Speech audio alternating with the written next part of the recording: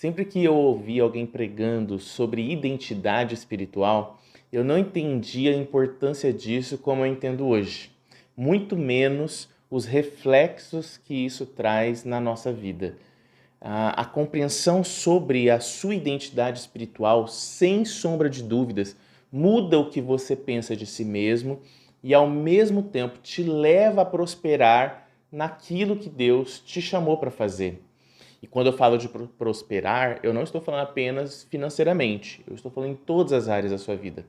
Quando você compreende a sua identidade espiritual, você alinha a sua mente com a verdade que existe sobre você no reino do Espírito. E isso libera seu espírito para operar nessas verdades que Deus tem a seu respeito. Então, a identidade espiritual ela está totalmente ligada ao que Deus te chamou para ser e que Deus te chamou para fazer. Eu poderia dizer que identidade espiritual é a forma como Deus te vê, a forma como Deus te usa. Ela é a sua personalidade no mundo espiritual e que revela a autoridade que você recebeu de Deus para fazer certas coisas. Assim como um policial, por exemplo, ele não tem nenhuma autoridade dentro de um hospital para cuidar da saúde de alguém, porque a autoridade dele serve para outra coisa, assim também a sua identidade espiritual revela onde é que sua autoridade espiritual vai funcionar.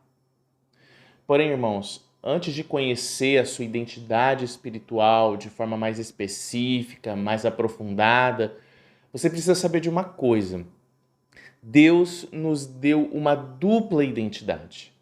Uma que diz respeito a quem nós somos e outra do que nós podemos fazer através dele.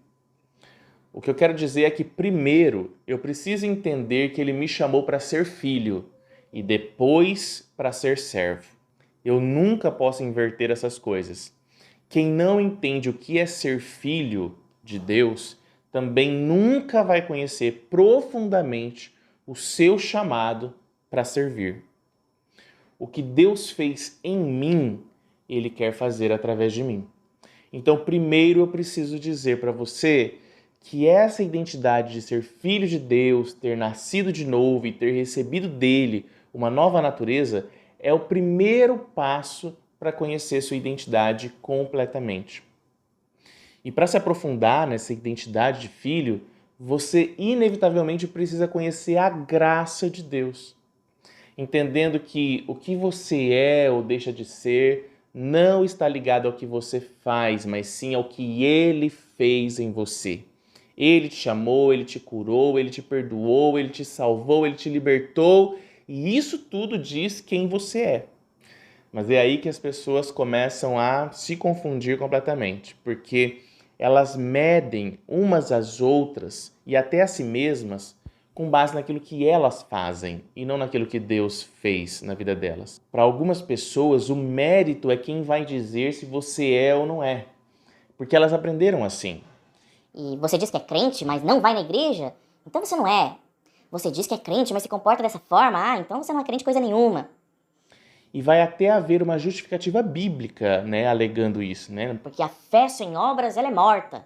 Então se você diz que crê, mas não faz isso, então você não é. Mas espiritualmente falando, uma pessoa pode até estar agindo de forma contrária à sua identidade espiritual, mas isso não muda o fato de que Deus a criou para aquele propósito. Então, o que eu estou fazendo ou deixando de fazer não muda a minha identidade espiritual. Pode mudar o quanto eu estou alinhado a essa identidade, mas a identidade não muda por causa disso. Pessoas que ficam olhando e reparando no quanto elas estão fazendo por Deus ou o quanto os outros estão fazendo por Deus, essas pessoas ainda estão muito presas no mérito. Elas se medem de acordo com os seus esforços e isso atrapalha elas de conhecerem a graça e, consequentemente, também a sua identidade. Existem religiões evangélicas que estão tão longe da compreensão da graça que elas falam da santidade delas com orgulho, como se eles tiveram um grande esforço para se tornarem santos e tivessem mérito na sua própria santidade. Mas a santidade é uma obra de Deus em nós. Se hoje eu levo uma vida mais correta que aquela que eu levava antigamente, foi porque o próprio Deus fez essa obra de libertação em mim. Não existe mérito nisso. Veja bem, você nunca vai ver um paciente se orgulhando de ter deixado o médico operar ele. A glória é toda do médico. O paciente só permitiu que fosse operado, mas o médico foi quem fez todo o procedimento. Da mesma forma é a obra de Deus em nós. Se somos ou fazemos algo, é por causa dele, e a glória é toda dele.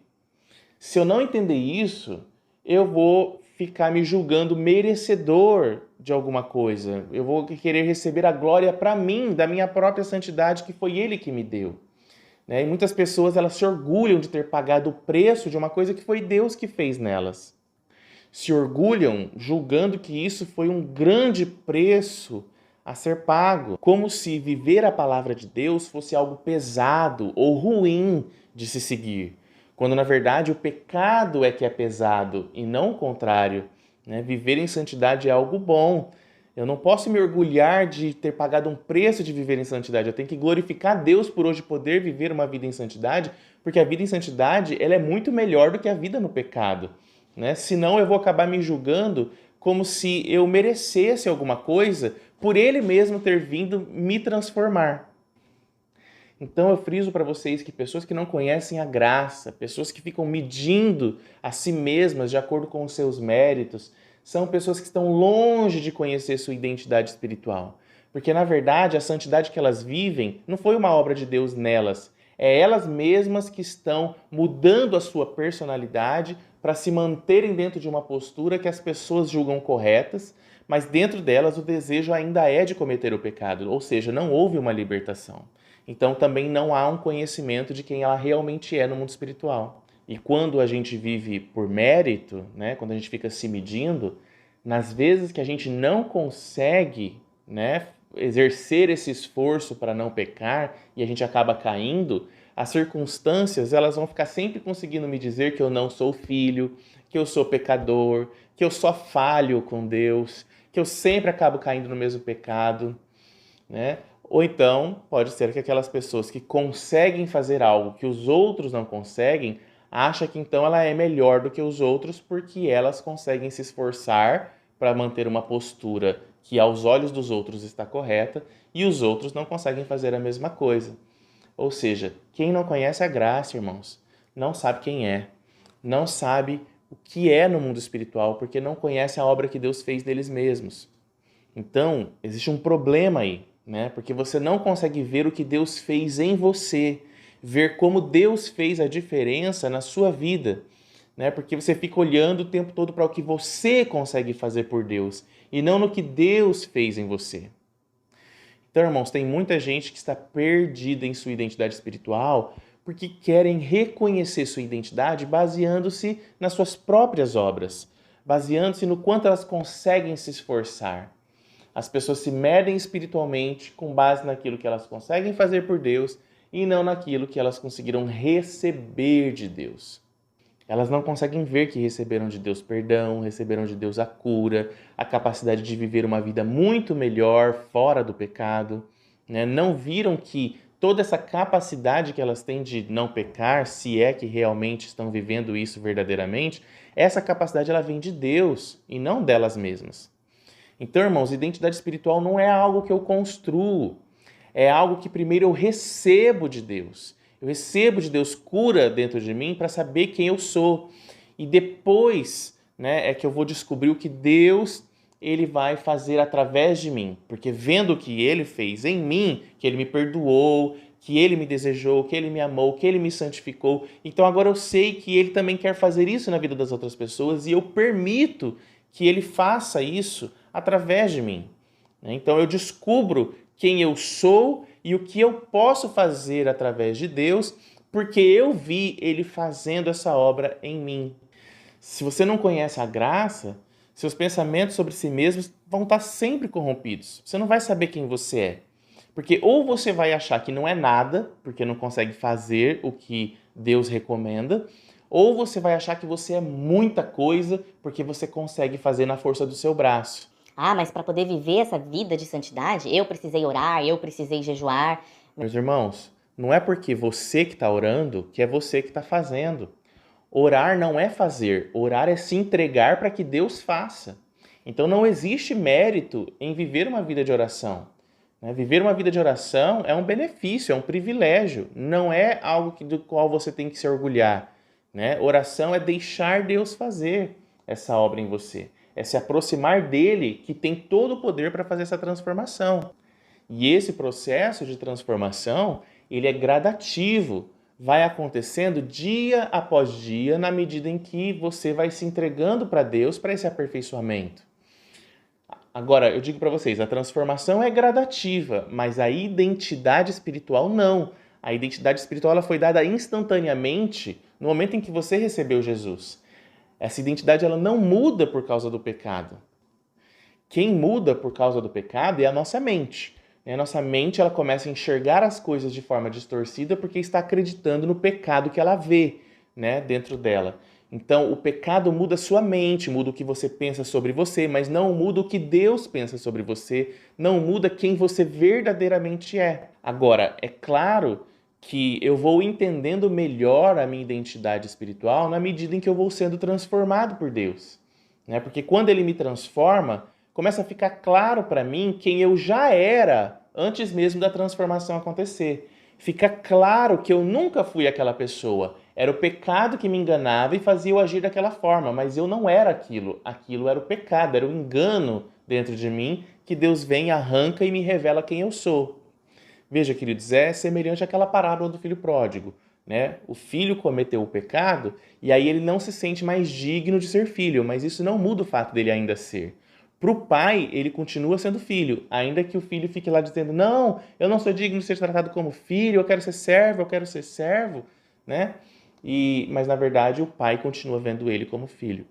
E isso é uma coisa importante para a gente destacar aqui, porque o pecado, ele leva as pessoas a quererem ser servas, querer servir a Deus. Muita gente quer começar a trabalhar para Deus inconscientemente para pagar pela culpa que elas carregam dentro delas. O filho queria ser servo, mas ele não sabia que para o pai ele ainda era filho. Pessoas que vivem no mérito, que precisam se esforçar para se sentirem que são alguma coisa, elas vão querer, obviamente, ser servas para compensar o sentimento de que são incapazes de serem santas. E a igreja, ela está cheia desse tipo de gente, pessoas que querem ser servas, mas ainda não receberam de Deus a mudança que precisam, não receberam de Deus a cura, não receberam de Deus a revelação de quem elas são. E quem não se sente filho de Deus não conhece o Pai que tem. E não sabe nem o que o Pai está querendo fazer através da vida dele, na vida das outras pessoas, porque ele mesmo não experimentou a obra do Pai. Então ele acaba não deixando o Pai fazer, ele acaba impondo para as pessoas que as pessoas deveriam ser. E o evangelho que elas passam é um evangelho de culpa, de cobrança, de que o Pai está fiscalizando tudo que você faz e Deus não vai abençoar se você estiver vivendo uma vida de pecado. E é isso que as pessoas ficam passando de mensagem, porque elas olham para o que os outros estão fazendo e não para o que Deus está querendo fazer na vida das pessoas. Por isso eu digo que é importante primeiro você saber que você é filho e deixar o Pai fazer a obra dele em você. Porque aí quando você for passar o evangelho que você vai transmitir é um evangelho de perdão, um evangelho de graça, onde Deus quer chamar você para viver uma vida diferente e não exigir de você que você viva uma vida diferente. Quando você deixa o Pai fazer em você, você também deixa o Pai fazer através de você na vida das outras pessoas.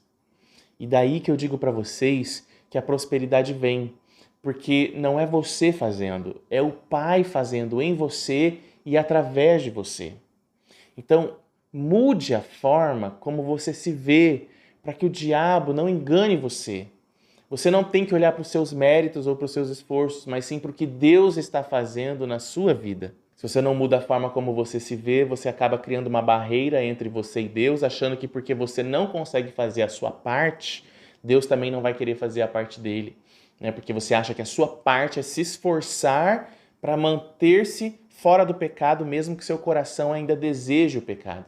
Quando, na verdade, o Pai quer vir transformar seu coração e sua mente para que você não pense no pecado, nem cogite a ideia de viver no pecado, porque viver com Deus é muito melhor. Então, deixa o Espírito Santo te mostrar quem você é. Não fique acreditando que você não é só porque hoje você não está conseguindo fazer. Deixa o Espírito Santo te revelar a sua identidade. Peça para ele revestir sua mente, para que a sua mente não pense mal de si mesma, mas considere que o que Deus está fazendo em você é muito maior do que o que você está fazendo por ele. Dessa forma, você vai ver Deus querendo te prosperar, Deus querendo te abençoar e também querendo prosperar e abençoar a vida das outras pessoas. Amém, queridos? Bom, espero que esse vídeo tenha ajudado você. Não se esqueça de curtir, de compartilhar esse vídeo e de se inscrever no canal. Eu vejo você no próximo vídeo. Até lá. Tchau!